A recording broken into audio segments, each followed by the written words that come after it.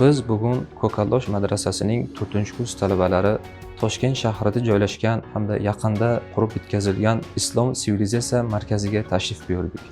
Tashrifimiz chog'ida biz ushbu markazning kutubxonasini ko'zdan kechirdik hamda ushbu kutubxonaning zamonaviyligi, shinamligi, jumladan o'ta qadimiy kitoblarning borligiga guvohi bo'ldik. Kutubxona bizga juda yoqdi.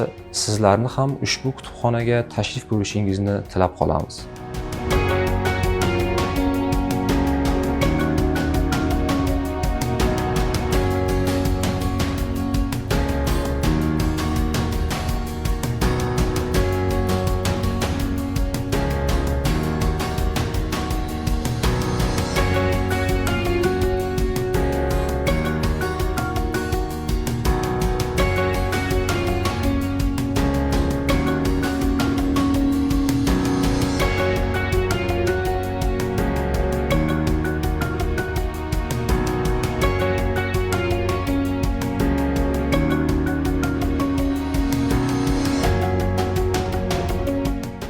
Bismillahirrohmanirrohim.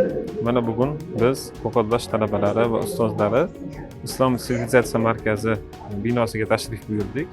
Tashrif davomida bu yerda tashkil qilingan ko'rgazmalar, ma'lumotlar bilan to'laqonli tanishib chiqdik. Taassurotlar juda ajoyib, ilmiy, ma'naviy, ruhiy o'zimizga ozuqa oldik.